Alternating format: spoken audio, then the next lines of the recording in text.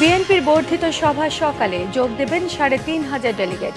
সর্বশেষ প্রস্তুতি ঘুরে দেখলেন মহাসচিব মির্জা ফখরুল। হাসিনা বিরোধী আন্দোলনে সমন্বয়কদের নতুন সংগঠন, পদবঞ্চিতদের বিক্ষোভ, মধুতে নয় শহীদ মিনারে কমিটি ঘোষণার দাবি বেসরকারি বিশ্ববিদ্যালয়ের শিক্ষার্থীদের। বাংলাদেশের এগিয়ে যাওয়ার ক্ষেত্রে রাশিয়ার সহযোগিতা চাইলেন ড. মোহাম্মদ ইউনূস। তথ্য ও সম্প্রচার উপদেষ্টার দায়িত্ব পেলেন মাহফুজ আলম। গ্যাসের মূল্য প্রায় ১.৫ গুণ করার প্রস্তাব, শুনানিতে হট্টগোল। জ্বালানি খাত নিয়ে গণবিরোধী সরকারের পথেই হাঁটছে অন্তর্বর্তী সরকার, ক্যাবের অভিযোগ। দেখছিলেন ক্রাউন সিমেন্ট সংবাদ শিরোনাম। দীর্ঘদিন পর বর্ধিত সভা করছে জাতীয়তাবাদী দল বিএনপি। বৃহস্পতিবার সকাল 10টা থেকে জাতীয় সংসদ ভবনের এলডি হল চত্বরে শুরু হবে এই সভা। বর্ধিত সভায় অংশ নেবেন সারা দেশ থেকে আগত দলের প্রায় ৩,৫০০ ডেলিগেট। ত্রয়োদশ জাতীয় সংসদ নির্বাচন যাত্রার পাশাপাশি সাংগঠনিক কার্যক্রমকে ত্বরান্বিত করতে সভা বলছেন বিএনপির নীতি নির্ধারণী ফোরাম। বর্ধিত সভায় নেতাকর্মীদের উদ্দেশ্যে দিক নির্দেশনামূলক বক্তব্য রাখবেন দলের ভারপ্রাপ্ত চেয়ারম্যান তারেক রহমান। আরও জানাচ্ছেন ওবায়দুল্লাহ আল মামুন। জাতীয় সংসদের এলডি হল চত্বরে চলছে ব্যাপক প্রস্তুতি। রাত দিন এক করে কাজ করছেন শ্রমিকরা। বৃহস্পতিবার সকালেই এখানে অনুষ্ঠিত হচ্ছে বাংলাদেশ জাতীয়তাবাদী দল বিএনপির বর্ধিত সভা। দীর্ঘদিন পর দলের বর্ধিত সভাকে কেন্দ্র করে দলের ভেতরে বাইরে নেতাকর্মীদের মাঝে উৎসব বিরাজ করছে। জাতীয় স্থায়ী কমিটির সদস্য, চেয়ারপারসনের উপদেষ্টা ও কেন্দ্রীয় নির্বাহী কমিটির সদস্য এবং মহানগর ও জেলার সব থানা উপজেলার সভাপতি, সাধারণ সম্পাদক, আহ্বায়ক ও সদস্য সচিবরা অংশ নিচ্ছেন বর্ধিত সভায়। বুধবার দুপুরে অনুষ্ঠানস্থল পরিদর্শন করেন দলের সিনিয়র নেতারা। দুপুর ২:৩০টার দিকে বিএনপির সিনিয়র যুগ্ম মহাসচিব রুহুল কবির রিজভীর নেতৃত্বে পরিদর্শনে আসেন নেতারা। প্রস্তুতি নিয়ে গণমাধ্যমে কথা বলেন তারা। পূর্ণ গণতন্ত্রে ফেরার পালা। এখনও অবাধ সুষ্ঠু নির্বাচন হয়নি। এখনও আপনারা জানেন নির্বাচন নিয়ে এক ধরনের গড়িমসি চলছে। আমরা সরকারের দিক থেকে, নির্বাচন কমিশনের দিক থেকে কখনো ডিসেম্বর, কখনো মার্চ, এই ধরনের দ্বিধা, এই ধরনের দ্বিচারিতা আমরা দেখতে পাচ্ছি। যে সমস্ত নেতৃবৃন্দ যারা আসবেন, যাদেরকে ডাকা হয়েছে, তাদের বক্তব্যের উপর ভিত্তি করেই তো কি চান তারা। কারণ অনেক দিন ধরে এই যে আমাদের এত বড় আন্দোলন গেল, তারপরে আরও নানা বিষয়, এখানে কোথায় কি অবস্থা, এখানে কি ধরনের রেজুলেশন প্রস্তাবাবলী গ্রহণ করা যায়, তাদের বক্তৃতার মধ্যে দিয়ে তো সেটা আসবে। এরপরে হয়তো সেটা বলা যাবে, আপনার সেদিন না হলেও তার পরের দিন হয়তো এটা বলবেন, হ্যাঁ, পার্টির মহাসচিব বলবেন। বর্ধিত সভাকে নির্বাচনের যাত্রা উল্লেখ করে দলের জ্যেষ্ঠ নেতারা বলেন, এখান থেকেই শুরু হবে আগামী জাতীয় নির্বাচনের যাত্রা। নেতাকর্মীদের দেওয়া হবে নির্বাচনের দিক নির্দেশনা। সামগ্রিক এবং পারস্পরিক সমঝোতার মধ্য দিয়ে একটা মানচিত্র আকারে আমরা দলীয় ফোরামে গ্রহণ করব এবং সেই পথ ধরেই ভবিষ্যৎ বাংলাদেশ বিনির্মাণে আমরা আমাদের নেতৃত্ব নিয়ে এগিয়ে যাব, বাংলাদেশের সাধারণ মানুষকে সাথে নিয়ে। এছাড়া বর্ধিত সভায় প্রাধান্য পাবে দেশের চলমান পরিস্থিতি, ত্রয়োদশ জাতীয় সংসদ নির্বাচন, দলীয় শৃঙ্খলা বজায় রাখা ও মিত্র দলগুলির সঙ্গে সম্পর্ক অটুট রাখা। ওবায়দুল্লাহ মামুন, বাংলা ভিশন, ঢাকা। এদিকে বৃহস্পতিবার রাতে জাতীয় সংসদ ভবনের এলডি হল চত্বরে অনুষ্ঠানস্থল ঘুরে দেখেছেন বিএনপি মহাসচিব মির্জা ফখরুল ইসলাম আলমগীর। এই সময় তিনি প্যান্ডেল তৈরি সহ সার্বিক কাজের খোঁজখবর নেন। মির্জা ফখরুল কাজের অগ্রগতিতে সন্তোষ প্রকাশ করেন এবং সেখানে দায়িত্বপ্রাপ্ত নেতাকর্মীদের প্রয়োজনীয় দিক নির্দেশনা এবং পরামর্শ দেন। মির্জা ফখরুল বেশ কিছু সময় সেখানে অবস্থান করেন। এই সময় তার সঙ্গে ছিলেন বিএনপি চেয়ারপারসনের উপদেষ্টা ও সাবেক ডেপুটি মেয়র আব্দুস সালাম, যুগ্ম মহাসচিব খায়রুল কবির খোকন সহ দলের সিনিয়র নেতারা।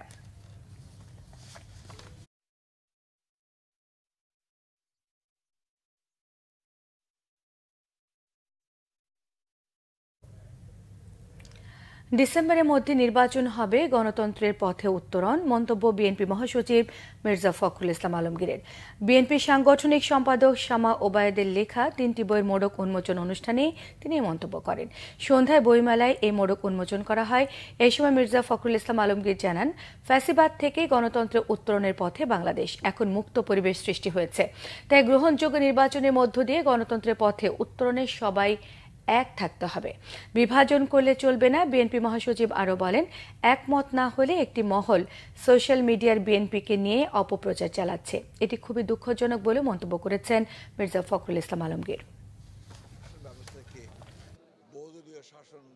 আজকে আমরা দুর্ভাগ্যের সঙ্গে লক্ষ্য করি কিছু কিছু মহল থেকে এই প্রচেষ্টা করা হয় যে একমত না হলেই সে শত্রু হয়ে যায় এবং তাকে মেলাইন করার জন্য বিভিন্নভাবে আপনার কথা বলা হয়।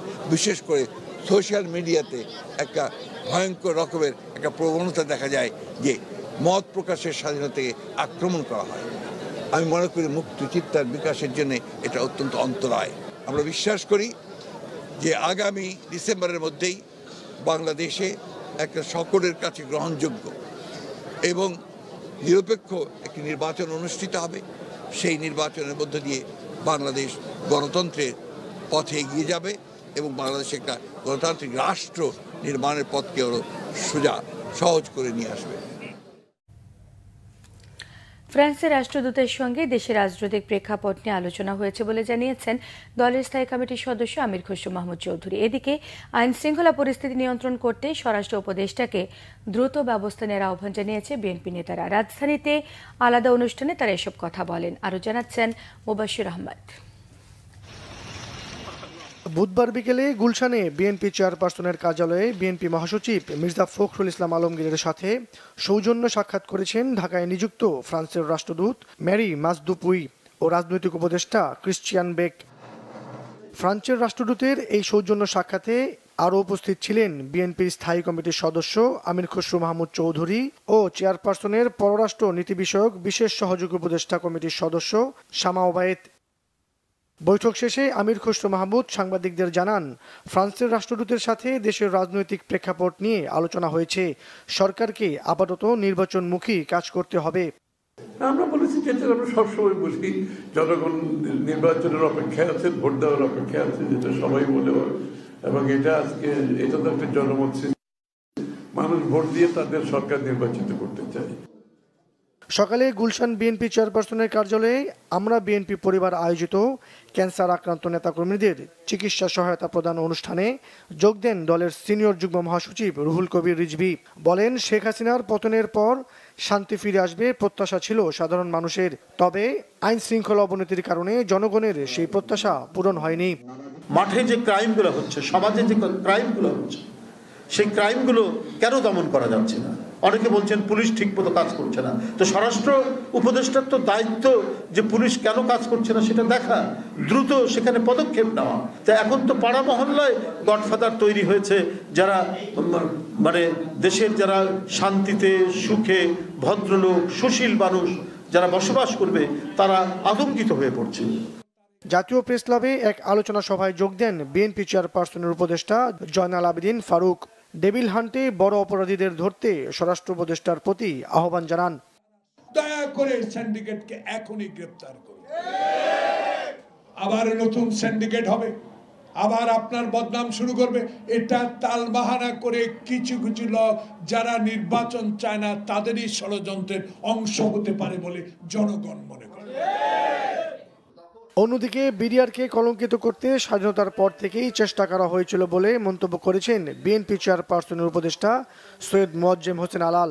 বুধবার শ্যামলী মানসিক স্বাস্থ্য হাসপাতাল মিলনায়তনে বিডিআর হত্যাকাণ্ডে শহীদ lieutenant colonel doctor Lutfar Rahman স্মারক বক্তব্য অনুষ্ঠানে তিনি এ মন্তব্য করেন।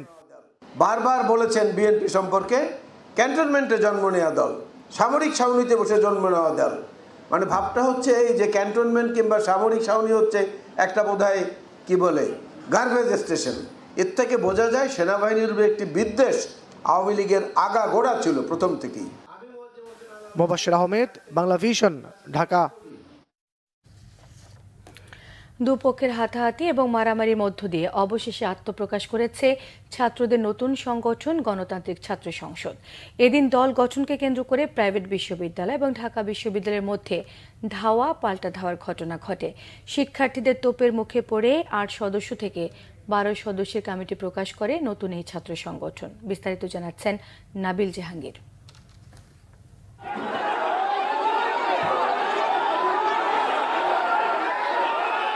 ঢাকা বিশ্ববিদ্যালয়ের মধুর ক্যান্টিনে ছাত্রদের নতুন সংগঠনের ঘোষণা নিয়ে দুই পক্ষের মাঝে উত্তেজনা। বিক্ষোভকারীদের দাবি, আন্দোলনে ব্যাপক ভূমিকা থাকলেও নতুন এই ছাত্র সংগঠনের কমিটিতে বৈষম্যের শিকার হয়েছেন প্রাইভেট বিশ্ববিদ্যালয়ের শিক্ষার্থীরা।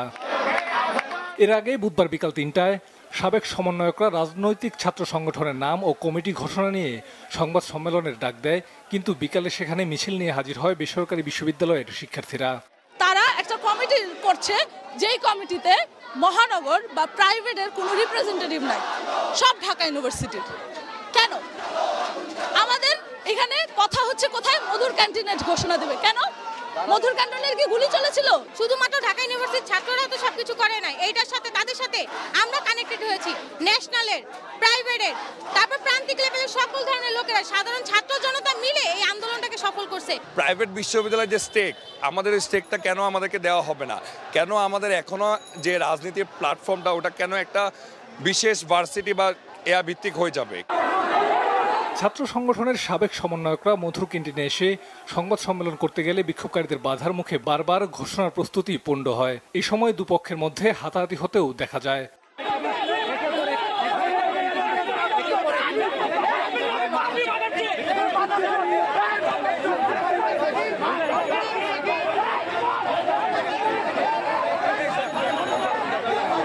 বাধার মধ্যেই তড়িঘড়ি করে নতুন ছাত্র সংগঠনের নাম ঘোষণা করা হয়।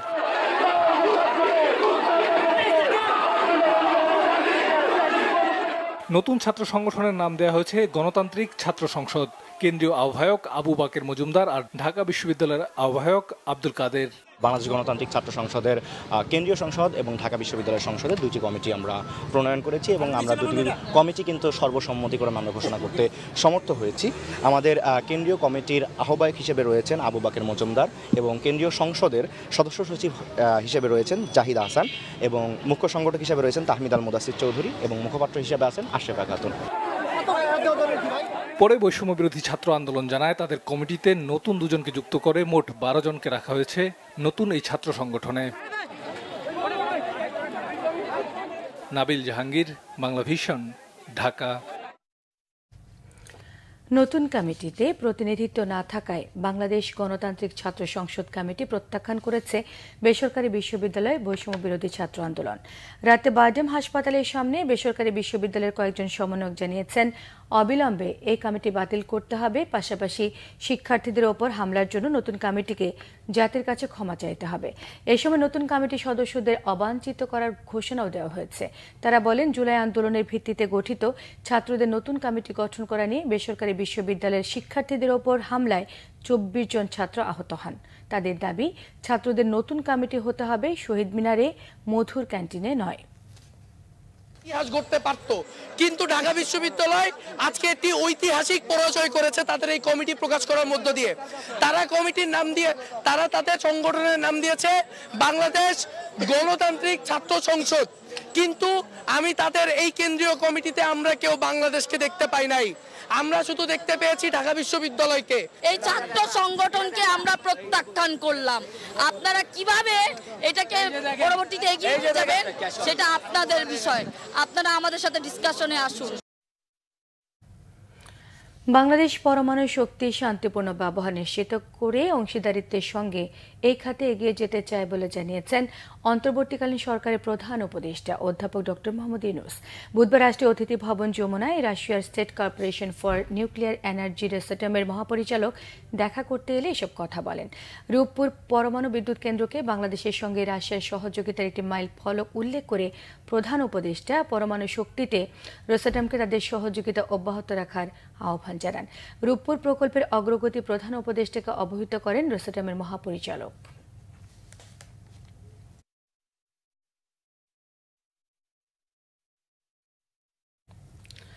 অন্তর্বর্তী সরকারের তথ্য সম্প্রচার মন্ত্রণালয়ের নতুন উপদেষ্টা হলেন মোহাম্মদ মাহফুজ আলম।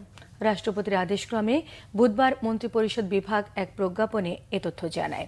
মঙ্গলবার তথ্য এবং ডাক ও টেলিযোগাযোগ ও তথ্য প্রযুক্তি মন্ত্রণালয়ের উপদেষ্টা নাহিদ ইসলাম পদত্যাগ করেন। মাহফুজ আলম গত বছরের 10 নভেম্বর উপদেষ্টা হিসেবে শপথ নেন, তবে সে সময় তাকে কোনো মন্ত্রণালয়ের দায়িত্ব দেওয়া হয়নি। এর আগে অন্তর্বর্তী সরকার গঠনের 20 দিনের মাথায় 28 আগস্ট তাকে প্রধান উপদেষ্টার বিশেষ সহকারী হিসেবে নিয়োগ দেওয়া হয়েছিল। মাহফুজা আলম বৈষম্য বিরোধী ছাত্র আন্দোলন প্ল্যাটফর্ম গঠনে গুরুত্বপূর্ণ ভূমিকা পালন করেন, এমনকি এই আন্দোলন পরিচালনায় তার বুদ্ধিবৃত্তিক অবদানের কথা উল্লেখ করেছেন প্রধান উপদেষ্টা ডক্টর মোহাম্মদ ইউনূস। তিনি হাসিনা বিরোধী আন্দোলনের মাস্টার মাইন্ড হিসেবে পরিচয় করিয়ে দিয়েছিলেন মাহফুজ আলমকে। প্রায় 1.5 গুণ গ্যাসের মূল্য বৃদ্ধির প্রস্তাব নিয়ে Bangladesh energy regulatory commission BERC শুনানিতে হয়েছে তুমুল হট্টগোল। Consumers association of Bangladesh CAB বলছে, জ্বালানি খাত নিয়ে আগের গণবিরোধী সরকারের পথেই হাঁটছে অন্তর্বর্তী সরকার। ক্যাবের জ্বালানি উপদেষ্টা অধ্যাপক এম শামসুল আলম বলেছেন, যুগের পর যুগ দুর্নীতিবাজ আমলা এবং কর্মকর্তাদের পকেট ভারী করে যেতে হচ্ছে সাধারণ মানুষকে। এদিকে জ্বালানি খাতে লুটপাটকারীদের বিচারের আওতায় আনার দাবি জানিয়েছেন ভোক্তারা। রিপোর্ট করছেন গোলাম মইনুল হাসান। 6টি গ্যাস বিতরণ কোম্পানির মূল্যবৃদ্ধির প্রস্তাবের ভিত্তিতে রাজধানীতে বিএম অডিটোরিয়ামে গণশুনানি আয়োজন করে বিইআরসি। কোম্পানিগুলো শিল্পের ক্ষেত্রে প্রতি ঘনমিটার গ্যাসের মূল্য 30 টাকা থেকে 1,75 টাকা 72 পয়সা করার প্রস্তাব করেছে। মূল্য কাঠামোর অধীনে এই মূল্য প্রস্তাব করা হয়েছে। শুনানিতে অংশ নিয়ে ক্যাবের জ্বালানি উপদেষ্টা অধ্যাপক এম শামসুল আলম গ্যাসের মূল্য বৃদ্ধির যৌক্তিকতা নিয়ে প্রশ্ন তোলেন। আজকে পেট্রো বাংলা এবং তিতাস বৃদ্ধে যে সমস্ত অভিযোগ মানুষের মনে আগুন জ্বলতেছে, সেটাকে দাবানলে বিস্ফোরণে পরিণত করেন না।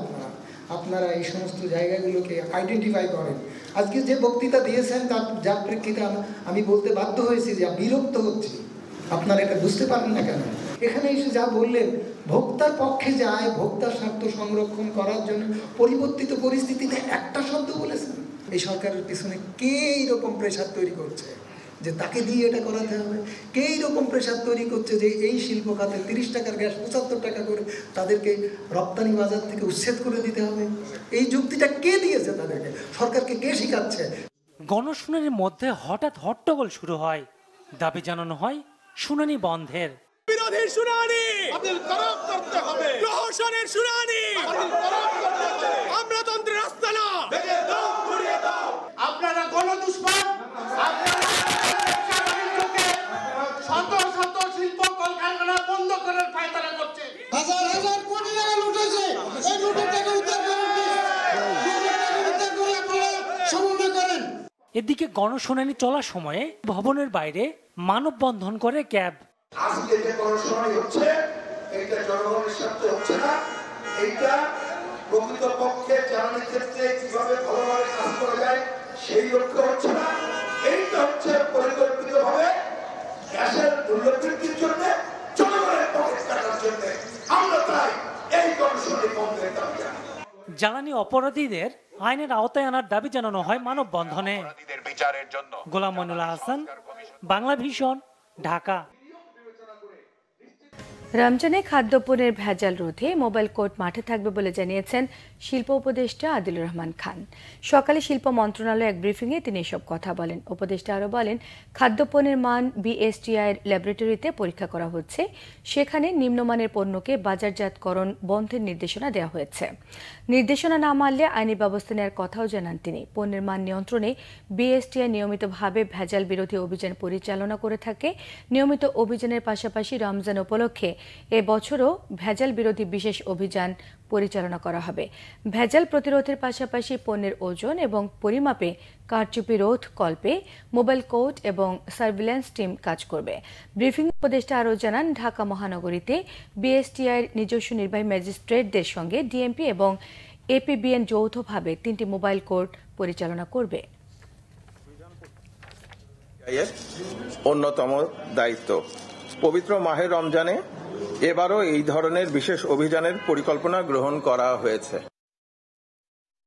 বৈষম্য বিরোধী আন্দোলনে আহতদের অধিকাংশেরই বর্তমান সরকার কোনো খোঁজ নিচ্ছে না বলে অভিযোগ করেছেন ভুক্তভোগীরা।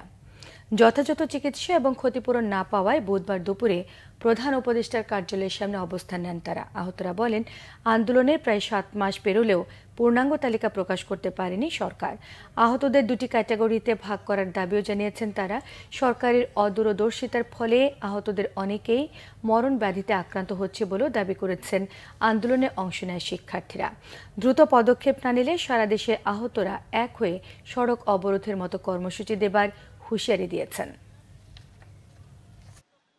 22,000 আহত আমাদের দেখা যাচ্ছে, মাত্র 5% আহত থেকে সরকার সুবিধা দিচ্ছে এবং বাকি যারা আমরা আহত আমাদেরকে একদম সবার সঙ্গে বৈষম্য করতেছে। আমার গায়ে বর্তমানে এখনো কিন্তু 16টা স্প্লেন্ডার আছে। এখন পর্যন্ত সরকার থেকে কোনো কিন্তু ডিসিশন দেয়নি যে আমাদের এই স্প্লেন্ডারগুলো কবে বের করবে, এবং আমাদের এই স্প্লেন্ডার কারণে আমাদের কিন্তু ক্যান্সারের যে কোনো একটা ক্যান্সার কিন্তু দেখা দিতে পারে, এটা হচ্ছে আমাদেরকে ডাক্তার কিন্তু বলে দিছে। আমাদের টোটাল 22,000-এর বেশি হবে আহত, সেটাও এখনো সরকার নির্ধারিত একটা সংখ্যা সরকার ঘোষণা করতে পারে নাই। সরকার এখানে উদাসীন, কি কাজ করতেছে সেটা সরকারই ভালো বলতে পারবে। বাংলাদেশ ব্যাংকের governor doctor Ahsan H Mansur জানিয়েছেন, দেশে এখন খেলাপি ঋণের পরিমাণ 3.5 লাখ কোটি টাকা। তবে খেলাপির পরিমাণ এখনও সর্বোচ্চ পর্যায়ে পৌঁছায়নি বলে দাবি করেছেন তিনি। বুধবার রাজধানীর মতিঝিলে এক সংবাদ সম্মেলনে সংস্থার গভর্নর জানিয়েছেন, জুলাই-ডিসেম্বর মেয়াদে খেলাপি ঋণ বেড়েছে 1,34,000 কোটি টাকা। সব মিলিয়ে ডিসেম্বরের শেষে বিতরণ করা মোট ঋণের 20.20% খেলাপি। এই খেলাপি ঋণের পরিমাণ আরও বৃদ্ধি পাবে বলে মনে করেন আহসান এইচ মনসুর। গভর্নর আরও জানিয়েছেন, সরকারি ব্যাংকের বিতরণ করা ঋণের 43% এখন খেলাপি। ছাত্র জনতার গণ অভ্যুত্থানের পর আওয়ামী লীগ সরকারের আমলে নামে বেনামে নেয়া যে সকল অর্থ নেওয়া হয়েছে তার প্রকৃত চিত্র বের হতে শুরু করেছে। গেল কয়েক মাসে আমানত মাত্র 7% বৃদ্ধি স্বাস্থ্যবান অর্থনীতির জন্য সুখকর নয় বলেও জানিয়েছেন গভর্নর। এটা 42% বর্তমানে, এবং এটা 40 থেকে এর 42.8, মানে প্রায় 43% মতো। আগে ছিল 40.3। আর বেসরকারি ক্ষেত্রেও এটা বেড়েছে অনেকখানি। বাণিজ্যিক ব্যাংকের ক্ষেত্রে 15.6, যেটা আগে ছিল 11.9।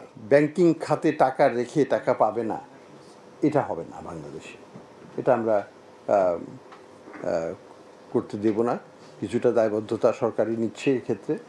এটা সরকারের নীতিগত সিদ্ধান্ত যে ব্যাংক থাকুক না থাকুক, ব্যক্তি তার টাকাটা পাবে। সংবাদ শেষ করব ক্রাউন সিমেন্ট শিরোনামগুলো আরও একবার জানিয়ে দিয়ে। বিএনপির বর্ধিত সভা সকালে যোগ দেবেন 3,500 ডেলিগেট। সবশেষ প্রস্তুতি ঘুরে দেখলেন মহাসচিব মির্জা ফখরুল।